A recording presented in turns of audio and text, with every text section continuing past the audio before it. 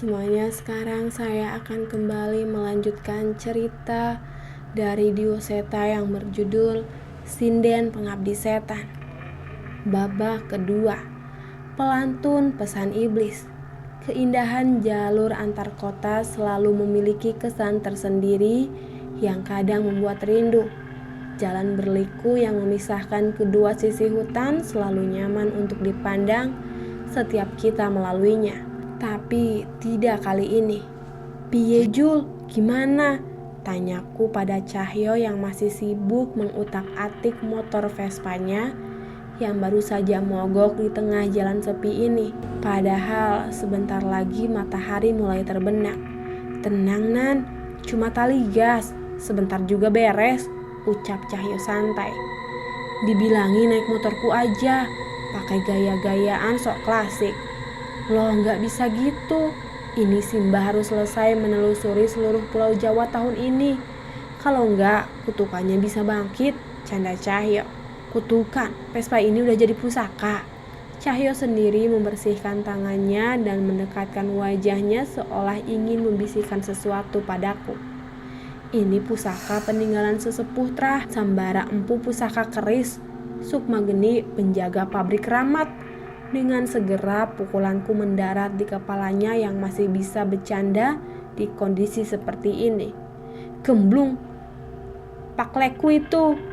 Cahyo hanya tertawa sambil mengambil kain lap dari bagasi motornya untuk membersihkan tangannya. "Sekarang gimana? Kita nyetop kendaraan aja?" tanyaku. "Gak usah, udah beres kok. Ayo naik lagi." Aku memperhatikan motor itu dengan seksama. Walaupun Cahyo bilang sudah beres, tapi aku masih menaruh curiga motor ini akan kambuh lagi pada waktu yang tidak tepat. Saat mulai memasuki daerah pasir, kami memutuskan untuk berhenti mengisi perut di sebuah warung makan yang terletak tak jauh dari pasar. Insiden mogoknya Vespa Cahyo membuat kami harus menahan lapar cukup lama. Kami masing-masing memesan sepiring rawon yang memang menjadi salah satu masakan khas di tempat ini. "Desanya Jatmiko masih jauh dari sini?" tanya Cahyo. "Dari Ancer-Ancernya masih lumayan. Bisa lebih 1 jam lagi mungkin," balasku. Cahyo melihat jam yang ada di warung makan dan melanjutkan makanannya. "Berarti nggak boleh lama-lama di sini nih. Bisa-bisa kita sampai sana kemalaman," ucap Cahyo. Sebenarnya aku setuju, tapi badanku seolah menolak setelah pegal berjam-jam menaiki Vespa milik Cahyo. "Bentar ya, ini loh pantatku masih geter-geter gara-gara perjalanan tadi," ucapku sambil membenarkan posisi dudukku. Cahyo hanya tertawa melihat ekspresi mukaku. Aku sendiri heran, bagaimana dia bisa betah menyetir motor tuanya itu selama berjam-jam. Saat sedang menikmati kopi sebagai penutup, tiba-tiba terdengar suara alunan musik keroncong dari rombongan pengamen yang melewati warung ini. Sesuai dugaan kami, akhirnya mereka berhenti di depan sambil melantunkan tembang Jawa yang menurutku cukup merdu. Permainan gitar dan kentrung mengiringi suara penyanyi wanita yang suaranya sangat sopan melalui telinga kami. Suaranya begitu nyaman hingga kami merasa betah menikmatinya. Apalagi walaupun berpenampilan sederhana, wajah sang penyanyi itu tetap terlihat anggun dan mempesona. Entah berapa lama suasana itu membuatku dan Cahyo terlalu nyaman hingga akhirnya suara telepon genggamku berdering memecahkan lamunan dan menampilkan sebuah pesan. "Hati-hati Yole, jangan lupakan ibadah. Kali ini entah kenapa ibu mendapat perasaan tidak enak." Sebuah pesan dikirim oleh ibu. Jarang sekali ibu mengirimkan pesan begini. Aku menoleh ke arah jam dinding dan terlihat jarum pendek sudah hampir menuju pukul 9 malam. Saat melihat, aku tersadar dari lamunanku. Seketika seluruh anggota pengamen itu berjalan meninggalkan warung makan ini. "Cahyo sadar," ucapku menepuk tubuh Cahyo. Cahyo pun merasa heran. Kami terlalu menikmati suara pengamen itu hingga berjam-jam. "Kita kena hipnotis?" tanya Cahyo yang masih bingung. Seketika kami membaca doa dan meminum air untuk memulihkan kesadaran kami dan segera keluar. Namun pengamen itu sudah cukup jauh. Sang penyanyi menoleh ke arah kami dan melemparkan senyum yang mencurigakan. Kami pun membayar makanan kami dan bergegas mengejar mereka. Sayangnya mereka sudah tidak terlihat dari pandangan kami. Kita lengah. Penampilan mereka terlihat sederhana seperti orang baik-baik. Aku gak menyangka ada maksud dari kedatangan mereka, ucapku. Maksudnya apa, Nan? Cahyo masih bingung. Kemarin sebelum berangkat, aku sempat cerita sama Pak Le mengenai kejadian di desa Jatmiko. Pak Le sudah menyuruhku untuk berhati-hati, karena pasti akan ada beberapa pihak yang membantu pengirim kutukan di desa Jatmiko itu, balasku. Maksud kamu, mereka membantu setan sinden yang ada di kampung Jatmiko? Tanya Cahyo. Aku mengangguk. Mereka akan mempersulit kita untuk sampai desa itu, jelasku. Kami pun melaju dengan cepat menuju desa Jatmiko. Dengan kondisi seperti ini, mungkin kami akan sampai di sana mendekati tengah malam. Kami terlambat. 1 nyawa lagi sudah melayang saat kami tiba di desa Jatmiko tinggal. Kondisi desa masih ramai walaupun menjelang tengah malam. Seseorang baru saja diturunkan dari keranda untuk diletakkan di ruang khusus di balai desa. Aku mendekat, mencoba menyaksikan jasadnya. Persis seperti cerita Jatmiko. Jasad itu meninggal dengan mata yang masih terbuka dan darah yang mengucur dari telinganya. Mas Danan, terdengar suara Jatmiko yang masih membantu warga mengevakuasi jasad ini. Maaf ya Mas, saya terlambat. Sudah Mas, nyawa itu urusan Tuhan. Kami berterima kasih Mas Danan dan Mas Cahyo mau datang ke tempat ini, ucap Jatmiko. Aku melihatnya sedikit berbeda dari saat di desa Tunggul Mait dulu. Sebelumnya ia termasuk orang yang cukup temperamen, tapi mungkin sekarang ia sudah belajar sesuatu. Mas, aku izin mendoakan ya, ucap Cahyo yang sepertinya dari tadi merasa tidak tahan melihat kondisi jenazah perempuan itu. Jatmiko pun meminta izin kepada keluarga korban dan mengiyakan ucapan Cahyo. Sebuah doa dibacakan tepat di samping jenazah. Tepat saat doa selesai dibacakan, darah dari telinga jasad itu berhenti menetes. Ia pun menutup jasad itu dan segera meninggalkannya. Keluarga korban yang melihat kejadian itu segera menghampiri Cahyo dan berterima kasih. Terlihat wajah Cahyo yang sangat kasihan dengan keluarga yang ditinggalkan. Kita harus selesaikan masalah ini secepatnya, ucap Cahyo dengan wajah yang terlihat gusar. Terlihat kekesalan dari sorot matanya. Pasti, tapi jangan gegabah. Kita cari tahu dulu akar permasalahannya, balasku.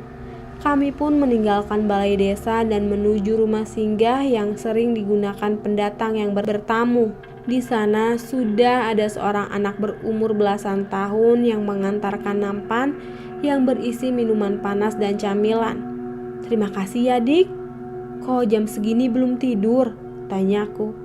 Iya Mas, masih takut sendirian di rumah. Jadi bantuin Bapak saja, ucapnya. Mas Jatmiko mendekat ke arahku dan berbicara dengan pelan. Namanya Gendis. Ibunya juga meninggal karena kutukan sinden itu. Sekarang ia hanya tinggal bersama ayahnya yang juga perangkat desa sini, jelas Mas Jatmiko. Sontak aku dan Cahyo menoleh ke arah Gendis. Ia terlihat begitu tegar walaupun aku masih bisa melihat kesedihan di matanya.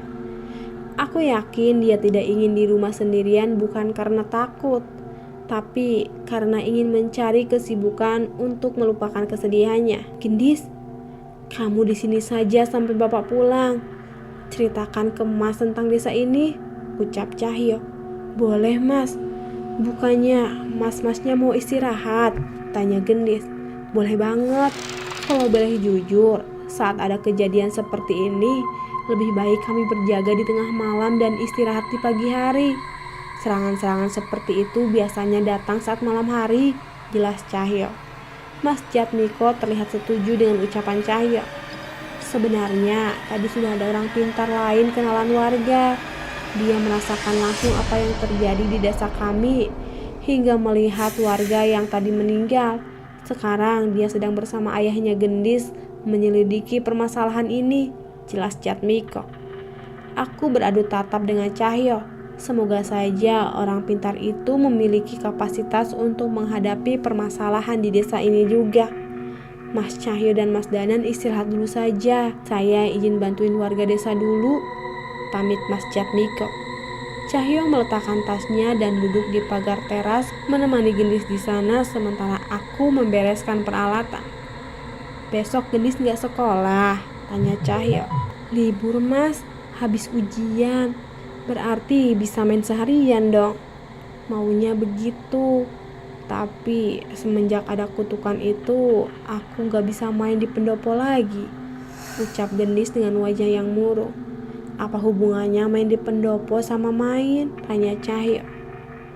Katanya itu pendopo keramat, ada di hutan sana. Dulu Gendis sering main ke sana, sekarang sudah nggak boleh. Ini sekarang bapak lagi di sana sama orang pintar yang tadi datang, cerita Gendis. Gendis pun dengan semangat menceritakan tempat ia sering bermain bersama temannya yang bernama Kia di sebuah tempat di pinggiran hutan. Ada sebuah tempat menyerupai panggung tua dengan kayu-kayu yang sudah lapuk dan ditumbuhi tanaman liar di sana. Warga desa menyebutnya dengan pendopo karena bentuknya mirip dengan pendopo kayu, namun ukurannya lebih besar. Kamu gak takut main di sana? Tanya Cahyo. Enggak, kan kalau main di sana siang-siang, bareng Kia juga, jawab Gendis. Gendis bercerita. Ia sering bermain di sana di panggung tua itu seolah sedang menyanyi atau menari di sana. Ia menceritakan bahwa ia senang melakukan itu di sana karena di hadapan panggung tua itu seolah ada tanah lapang dan tempat sepertinya pernah ditinggali. Jadi kalau main pentas-pentasan di sana kayak ada orang yang nonton. Padahal nggak ada, jadi nggak malu, ceritanya dengan polos. Bisa jadi memang ada yang nonton, ucapku iseng sambil bergabung dalam pembicaraan mereka. Gak ada mas, kan jauh dari desa, balas Gendis. Rupanya ia tidak membaca maksudku. Wajar saja, dia memang masih anak kecil yang polos. Walaupun masih kecil, rupanya Gendis punya banyak cerita yang mampu menemani kami duduk santai sambil menikmati udara malam di desa ini. Sebenarnya aku penasaran mengenai kejadian yang menyebabkan ibunya meninggal, namun aku tidak tega untuk bertanya. Mungkin aku harus menunggu ayah Gendis untuk mendapat cerita detailnya. Di tengah cerita, tiba-tiba terdengar suara kentongan yang dipukul oleh seorang warga desa. Seketika terlihat banyak warga keluar rumah dan menghampiri asal suara itu yang ternyata berasal dari mulut hutan. Kami pun ikut pergi menghampiri asal suara itu. Itu Mbah Jurip, orang pintar yang tadi pergi sama Pak Pram, ayahnya Gendis, ucap Jatmiko yang sudah sampai di sana terlebih dahulu. Di sana terlihat Mbah Jurip setengah sekarat terduduk bersandar di salah satu batu di mulut hutan. Bapak kemana? Tanya Gendis cemas. Mbah Jurip, ada apa ini? Pak Pram di mana? Tanya Jatmiko. Mbah Jurip mencoba berusaha berbicara dengan kondisinya. Pak Pram masih di sana. Penunggu tempat itu mengamuk saat mendengar suara sinden itu, jawabnya. Penunggu mengamuk. Jika itu benar, bisa dipastikan saat ini ayah Gendis dalam keadaan bahaya. Lantas kamu tinggalkan ayah Gendis di sana sendirian, ucap Cahyo yang mulai emosi. Saya tidak tahu harus bagaimana. Pilihannya antara saya mencari pertolongan atau kami mati berdua di sana, ucap Mbah Jurip. Sudah Cahyo, mungkin dia benar. Coba kita pastikan ke sana. Mas Jatmiko, jaga Gendis dulu ya, ucapku sambil bersiap memasuki hutan. Mas Jatmiko mengangguk menyanggupi. Namun tiba-tiba Gendis yang khawatir dengan keadaan ayahnya segera berlari memasuki hutan seorang diri meninggalkan kami. Gendis, teriak Cahyo panik dan segera menyusulnya. Gendis jangan nekat. Jatmiko mencoba menyusul tapi aku menahannya. Terlalu bahaya bila semakin banyak warga yang masuk ke dalam hutan tanpa tahu keadaannya. Percayakan pada kami, Mas, pamitku pada Jatmiko dan segera menyusul Gendis dan Cahyo masuk ke dalam hutan. Dan tidak jauh perjalanan yang kami lalui untuk sampai ke tempat yang Gendis ceritakan tadi. Sayangnya Gendis sudah menghilang dari pandangan kami. "Gendis, Pak Pram," aku berteriak mencari keberadaan mereka. Namun sama sekali tidak ada yang membalas. Sebaliknya, ada sesuatu di tempat ini yang memperhatikan kami. Aku yakin tempat ini dulunya adalah sebuah desa. Posisi batu, lokasi pohon yang teratur, dan beberapa tempat masih berbentuk seperti jalan. Sebuah bayangan hitam seperti berjalan ke arah panggung tua yang warga sebut sebagai pendopo. Tanganku gemetar dan tubuhku merinding saat mengikuti sosok itu. Aku tahu itu bukan makhluk biasa. "Hati-hati, Nan, makhluk itu berbahaya," ucap Cahyo yang juga sadar akan betapa mengerikannya sosok yang belum kami ketahui wujudnya itu. Tepat saat makhluk itu sampai di atas panggung, wujudnya mulai terlihat dengan jelas. Seorang wanita berbaju kebaya anggun yang sudah lusuh dengan bentuk tubuh layaknya seorang sinden yang ideal. Sayangnya kulitnya sudah menghitam seperti jasad yang sudah membusuk dengan mata yang bernanah. Senyumnya terlihat manis walau dengan wujud mengerikannya. Tepat saat menampakkan wujudnya, muncul banyak sosok roh laki-laki mendekati dirinya. Mereka berjalan dan merayap dari segala sisi mendekati sinden itu. Kami tidak tahu apa yang akan dilakukan oleh roh itu hingga mereka sampai ke sisi sinden itu. Menjijikan, pemandangan di hadapan kami begitu menjijikan.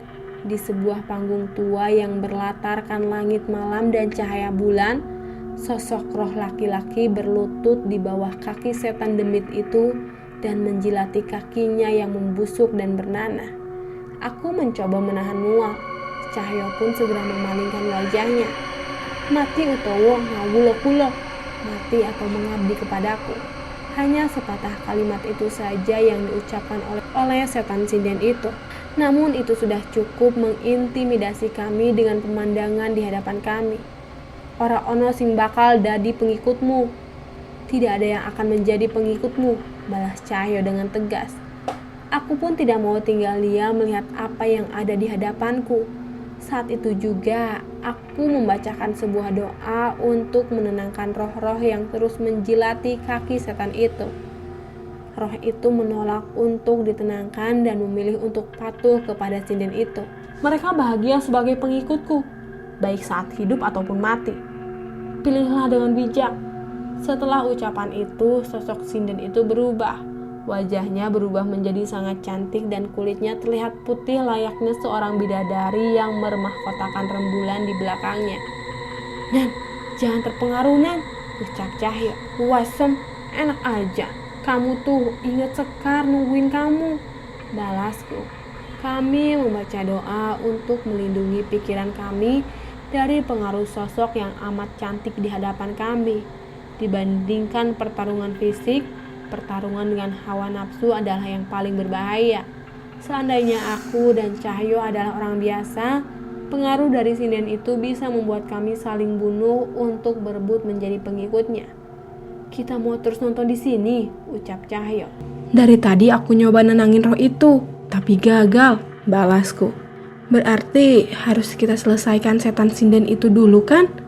Kami pun berlari ke arah pendopo. Namun dengan segera sosok setan pengikut sinden itu menghadang kami. "Makhluk itu urusanku. Kamu terus ke sinden itu," perintah Cahyo.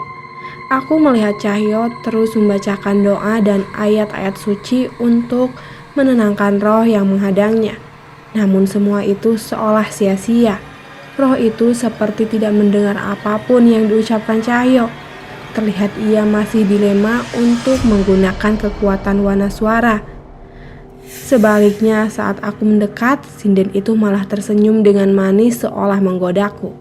Aku merasakan ada ilmu pengasihan yang sangat kuat mencoba mengganggu ketenanganku dan membuatku semakin terkesima setiap menatapnya. Tak mau mengambil resiko, aku segera menarik pusaka keris Raga Sukma dari dalam sukmaku dan menggenggamnya dengan erat. Aku bersiap menghunuskan keris itu ke arah sinden yang saat ini berwujud bak bidadari itu. Namun tiba-tiba seranganku tertahan oleh sosok hitam. Sosok roh seperti seorang panglima kerajaan yang mampu menahan serangan keris Raga Sukmaku dengan tombak di tangannya. Semua sinden abadi akan dilindungi oleh Joko Garu. Kalian tidak akan bisa menyentuhku sebelum menjadi pengikutku, ucap sinden itu. Aku melompat mundur, namun roh itu terus maju dan menyerangku. Berkali-kali aku menahan serangan sosok yang disebut dengan nama Joko Garu itu. Namun sepertinya aku bisa mengimbanginya. Di tengah pertarungan terdengar suara sinden itu menyanyi dengan nada yang aneh. Kidung itu melantun dengan nada yang teratur namun membuat kami merasa merinding saat mendengarnya. Dan satu lagi, aku yakin yang ia nyanyikan bukanlah bahasa manusia. Tanpa sadar cairan merah mulai keluar dari hidung dan telingaku. Pandanganku memudar namun entah mengapa aku ingin terus mendengar suara tembang itu. Aku membacakan mantra Muksa Pangreksa untuk melindungi diriku dan segala niat jahat yang menyerang. Namun mantraku seolah tidak pernah selesai terucap. Sekuat tenaga aku mundur ke arah Cahyo. Tapi rupanya Cahyo juga bernasib sama denganku. Setan-setan pengikut sinden itu mulai mengerubungi kami. Wanaswara, teriak Cahyo dengan mulai panik. Cahyo dengan sigap memanggil kekuatan Wanaswara untuk merasukinya dan memukul sekuat tenaga tanah di hadapannya hingga setan-setan itu terpental. Sayangnya Joko Garu masih bertahan. Ia menerjang kami dengan mengayunkan tombaknya. Aku menangkisnya dengan keris di tanganku. Namun kekuatannya sangat besar hingga mementalkanku dan Cahyo. Benturan itu membuat darah bermuncratan dari mulutku. Terlebih saat itu kami mulai kehilangan kesadaran oleh pengaruh tembang yang dinyanyikan oleh sinden sialan itu.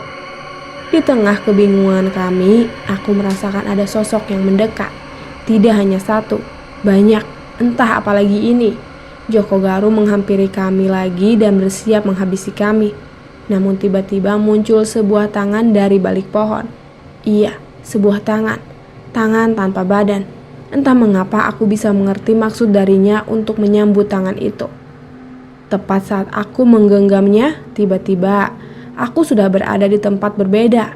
Sebuah tempat luas di tengah hutan yang mirip tempat kami sebelumnya berada, namun tertutup kabut tebal. Ini di mana, Nan? Tanya Cahyo yang juga sedang berusaha memulihkan dirinya. Gak tahu, tapi setidaknya kita bisa selamat, balasku. Belum pernah aku mengalami pertarungan seperti ini.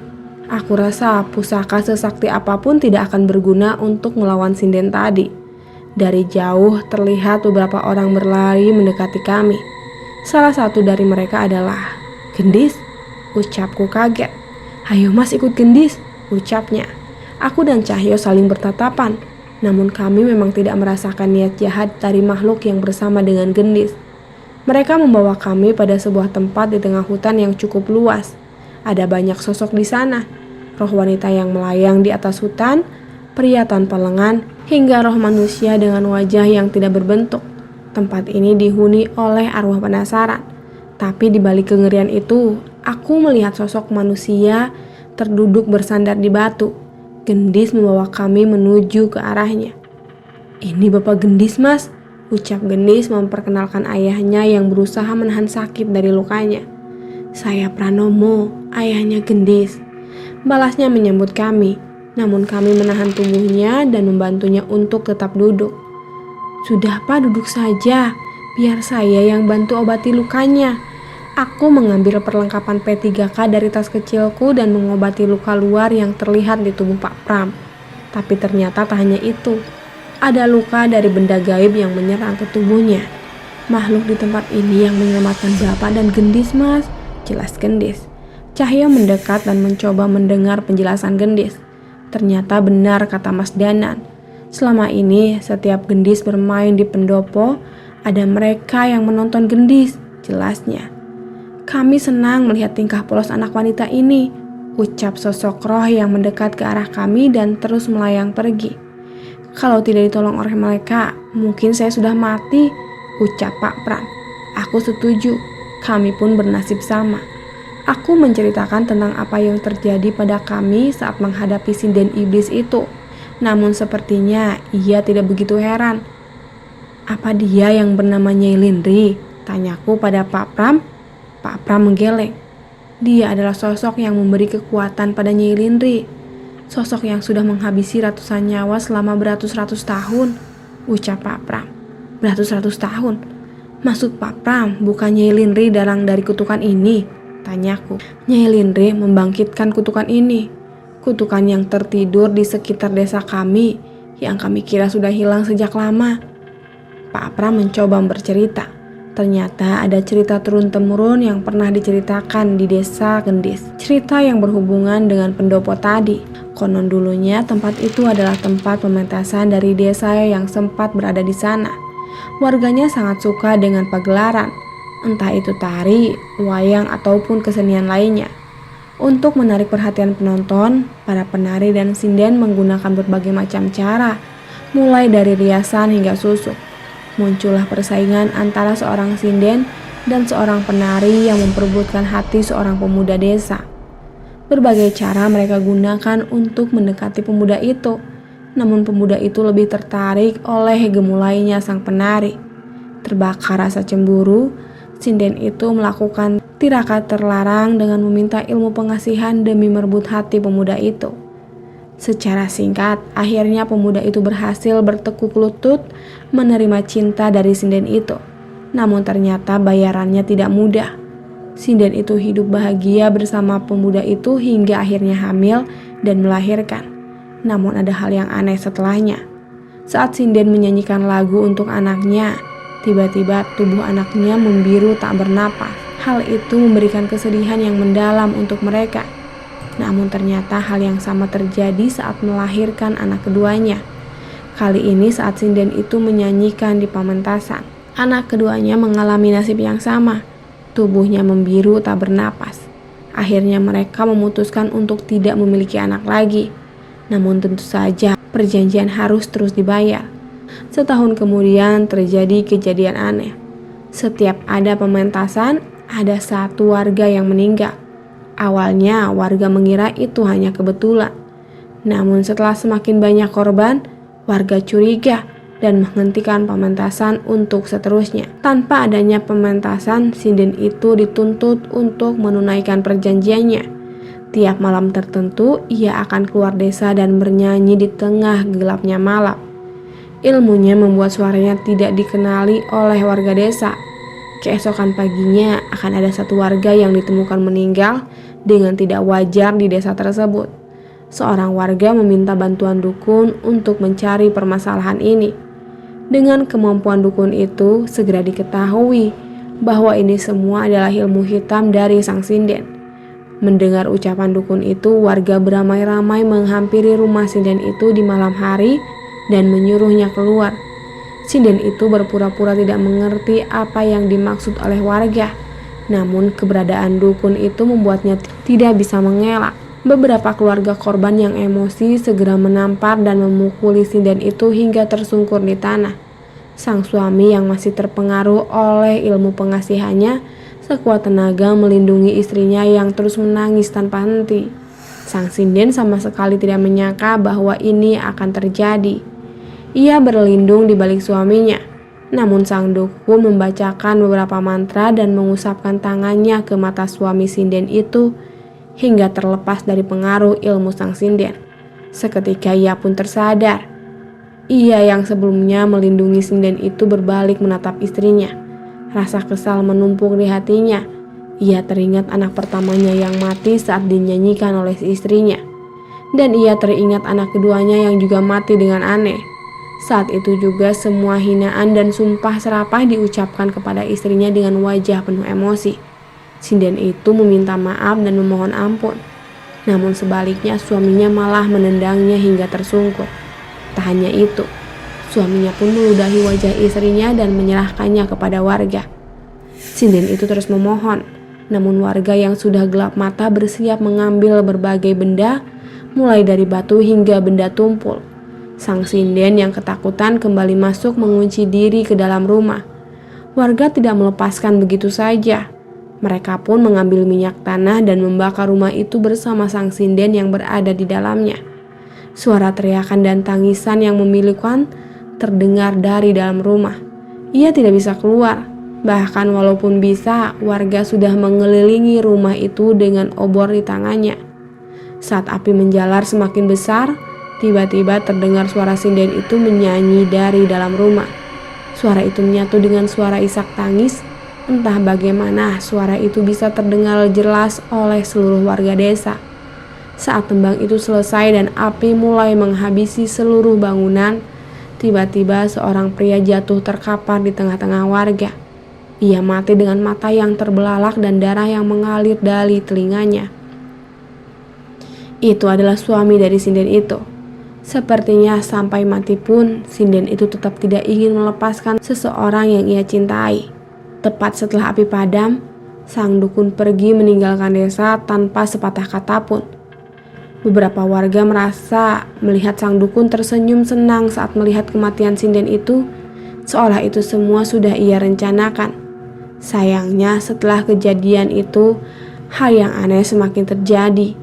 Tiap malam tertentu terdengar suara seorang sinden yang menembangkan lagunya dengan nada yang mengerikan. Warga tahu dengan jelas bahwa itu adalah suara sinden yang mereka bunuh. Kondisi desa semakin mencekam. Apalagi setelah setiap pagi setelahnya selalu ditemukan seorang warga yang meninggal. Seperti yang terjadi saat sinden itu masih hidup. Ilmu hitam sinden itu berubah menjadi kutukan. Hal itu terjadi terus-menerus setiap malam tertentu. Tidak ada yang bisa menghentikannya hingga warga desa memutuskan untuk meninggalkan desa sebelum menjadi korban berikutnya. Apa yang terjadi setelahnya? Tidak ada yang tahu. Namun cerita ini terus diceritakan turun-temurun. "Ini gak akan mudah, Nan," ucap Cahyo. Aku mengangguk setuju. Bukan hanya Nyai Lindri, namun kutukan ini sudah ada sejak lama. Benar ucapan Pale, mereka tidak sendiri. Aku pun teringat sinden pengamen di warung makan kemarin. Mungkin saja ada sinden-sinden lain yang melakukan hal serupa untuk memikat orang di sekitarnya. Sekilas aku melihat luka Pak Pram, aku tersadar luka gaib yang dialami Pak Pram tidak sama seperti serangan sinden dan pengikutnya tadi. "Pak, siapa yang menyerang Pak Pram sampai seperti ini? Apa sinden itu?" tanyaku. Mendengar pertanyaanku, Cahyo sepertinya juga tersadar dan menghampiri kami. Bukan, sinden itu memaksa kami untuk jadi pengikutnya, atau ia akan membunuh kami. Mbah Jurib yang kalah ilmu memutuskan untuk mengikutinya. Dan saat itu juga sinden itu meminta Mbah Jurib untuk membunuh saya. Saat saya sekarat, tiba-tiba roh-roh di tempat ini menyelamatkan saya, jelasnya. "Berarti warga desa dalam bahaya. Kita harus kembali secepatnya," ucapku. Cahyo bersiap membantu Pak Pram. Sebelum meninggalkan tempat itu, Gendis memperhatikan sekali lagi roh-roh dengan berbagai wujud di tempat itu. Benar juga, sebelum kami pergi, kami harus berterima kasih pada mereka. Apalagi aku juga penasaran, mengapa mereka menolong kami. Terima kasih. Saat masalah ini selesai, saya akan kembali untuk menenangkan kalian. Tapi, kenapa kalian menolong kami? Tanyaku. Mendengar pertanyaanku, salah satu roh seorang ibu mendekat dan menampakkan wajahnya. "Kami masih ingin melihat tingkah lucu Gendis dan temannya yang sering menghibur kami di pendopo," ucapnya sambil tersenyum kepada Gendis. Kali ini, roh seorang pemuda tanpa lengan juga menampakkan wujudnya. Tidak mungkin kami membiarkan seorang yang tidak pernah lupa merawat dan membersihkan makam kami mati begitu saja. Budinya begitu besar terhadap kami, ucapnya sambil menatap ke arah Pak Pram. Aku tersenyum. Ternyata roh penasaran ini bisa menghargai perbuatan mereka yang hidup di alam yang berbeda. Padahal sesama manusia saja kadang sudah lupa dengan apa yang disebut dengan balas budi. Kami pun berpamitan menuju jalan yang diarahkan oleh roh-roh itu. Sebuah doa pendek kulantunkan kepada Yang Maha Kuasa agar mereka yang masih bergentayangan di alam ini bisa segera tenang dan kembali ke tempat mereka seharusnya berada.